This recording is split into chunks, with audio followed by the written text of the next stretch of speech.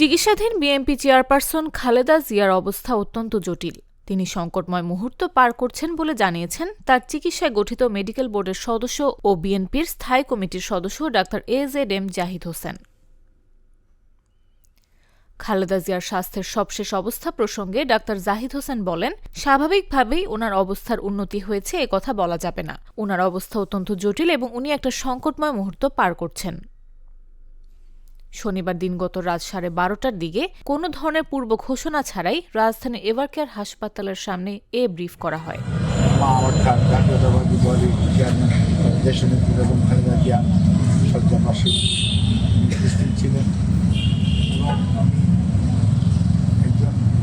ছেলে হিসাবে মায়ের প্রতি যে মমত্ববোধ সেটি প্রকাশ। এ সময় ডাক্তার জাহিদ হোসেন বলেন, সত্যিকার অর্থে দেশনেত্রী বেগম খালেদা জিয়া 23 নভেম্বর এখানে ভর্তি হয়েছেন। ভর্তি হওয়ার পরবর্তীতে ওনার শারীরিক অবস্থা বেশ অবনতি হয়েছিল। স্বাস্থ্যের ক্রমাগত অবনতির কারণেই তাকে কেবিন থেকে সিসিইউ এবং সেখান থেকে পরবর্তীতে আইসিইউতে নেওয়া হয়।